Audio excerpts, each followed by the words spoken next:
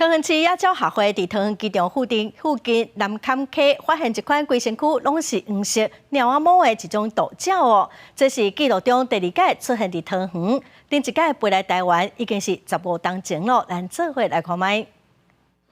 伫桃园南坎溪有看到一只规身躯的毛拢是黄色的鸭尾啊，伫咧溪内面整理伊的毛，伊叫做毒蝠。真侪爱鸟的人知影消息了，拢赶来遮翕相。记录中，毒蝠伫台湾出现过无几遍，桃园伫大溪溪洲桥有发现过1遍，过15年了，搁出现伫咧桃园。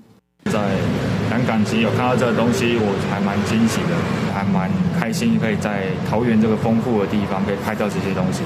它是生活习态是在高山的湖泊、河口、溪流，还有沼泽地方都会出现。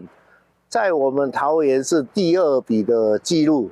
野鸟学会讲，这边是伫桃园国际机场外围进行例行鸟类调查时阵发现这只毒蝠，伊又叫做黄目鸭，或者是赤目鸭。古早时阵也被叫做原香。欧洲、亚洲、蒙古、中国，甚至非洲的西北部拢有发现过。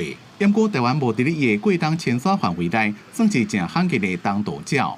要安静的欣赏，然后也不要破坏当地的环境，更不要去惊吓它，来让它起飞，来拍所谓的飞行板。野鸟学会讲，甲桃园机场有真侪外国旅客同款，桃园滨海地区也有真侪外来毒鸟会伫遮哮喘找食的。除了毒蝠，还有其他正罕见的鸟仔。教会希望民众若要来看鸟仔，用翕相就好，尽量降低对生态环境的干扰。记者综合报道。